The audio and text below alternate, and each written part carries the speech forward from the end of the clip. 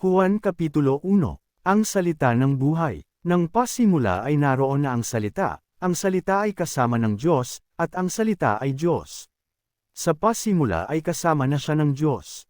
Nilikha ang lahat ng bagay sa pamamagitan niya, at walang anumang nalikha ng hindi sa pamamagitan niya.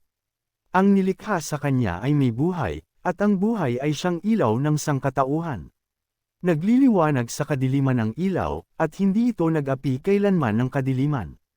At naparito si Juan na isinugo ng Diyos upang magpatotoo sa mga tao patungkol sa ilaw at upang ang lahat ay sumampalataya dito. Hindi siya ang ilaw subalit naparito siya upang magpatotoo patungkol sa ilaw. Ito ang tunay na ilaw, dumarating ito sa sanlibutan upang magbigay liwanag sa lahat ng tao. Dumating ang salita sa sanlibutan ngunit hindi siya kinilala ng sanlibutang ito na nilikha sa pamamagitan niya. Pumunta siya sa kanyang bayan ngunit hindi siya tinanggap ng sarili niyang kababayan. Subalit ang lahat ng tumanggap at sumampalataya sa kanya ay binigyan niya ng karapatang maging mga anak ng Diyos.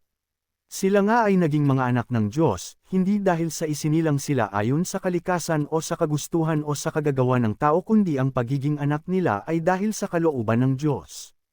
Naging tao ang salita ay naging tao at nanirahan sa piling namin. Nakita namin ang kaluwalhati siyang tunay na kanya bilang kaisa-isang anak ng Ama. Siya ay puspos ng kagandahang loob at ng katotohanan. Nagpatotoo si Juan tungkol sa kanya. Isinisigaw niya, siya ang tinutukoy ko ng aking sabihin, ang darating na kasunod ko'y higit kaysa sa akin, sapagkat siya ay naroon na bago pa man ako ipanganak. Dahil siya'y puspos ng pag-ibig, naranasan natin ang masaganang kagandahang loob ng Diyos. Dumating ang kautusan sa amin sa pamamagitan ni Moises, ngunit sa pamamagitan naman ni Jesu Kristo ay dumating ang kagandahang loob at katotohanan. Kailan may wala pang taong nakakita sa Diyos, ngunit siya ay ipinakilala ng kaisa-isang Diyos na lubos na minamahal ng Ama. Ang patuto ni Juan na tagapagbautismo. Ang mga pinuno ng mga Hudyo sa Jerusalem ay nagsugo ng ilang paring Hudyo at Levito upang itanong kay Juan kung sino nga ba siya. Hindi nagkaila si Juan. Sa halip ay maliwanag niyang sinabi, hindi ako ang Kristo.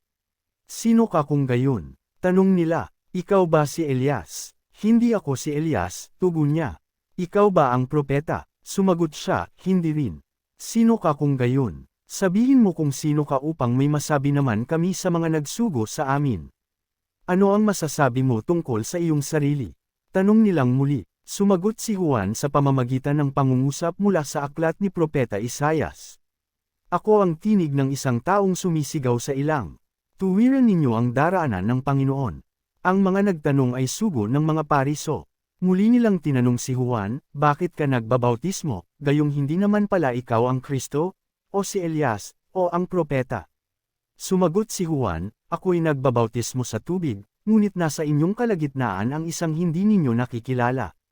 Darating siyang kasunod ko subalit hindi man lamang ako karapat-dapat na magkalag ng sintas ng kanyang sandalyas.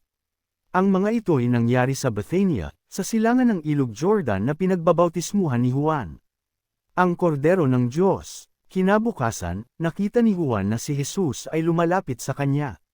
Kaya't sinabi niya, tingnan ninyo, siya ang kordero ng Diyos na nag-aalis ng kasalanan ng sanlibutan.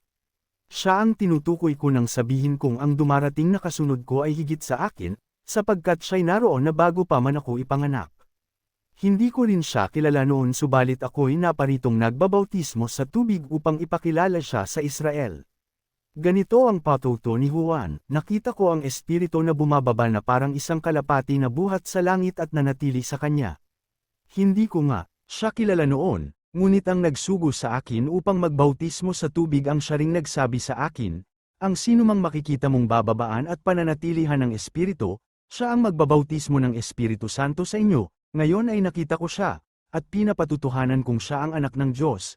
Ang unang apat na alagad ni Jesus kinabukasan, naroon muli si Juan kasama ang dalawa sa kanyang mga alagad. Nang makita niya si Jesus na nagdaraan ay kanyang sinabi, siya ang kordero ng Diyos. Narinig ng dalawang alagad ang sinabi niya. Kaya't sumunod sila kay Jesus, lumingon si Jesus, at nang makita niyang sumusunod sa kanya ang mga ito, sila'y tinanong niya, ano ang kailangan ninyo? Sumagot sila, saan po kayo nakatira? Rabi, ang kahulugan ng salitang ito ay guro, hali kayo at tingnan ninyo, sabi ni Jesus, sumama sila kay Jesus at nakita nila ang kanyang tinitirhan, at tumuloy sila roon ng araw na yun. Nooy mag-aalas 4 na ng hapon, ang isa sa dalawang alagad na nakarinig kay Juan at sumunod kay Jesus ay si Andres na kapatid ni Simon Pedro. Unang hinanap ni Andres ang kanyang kapatid na si Simon.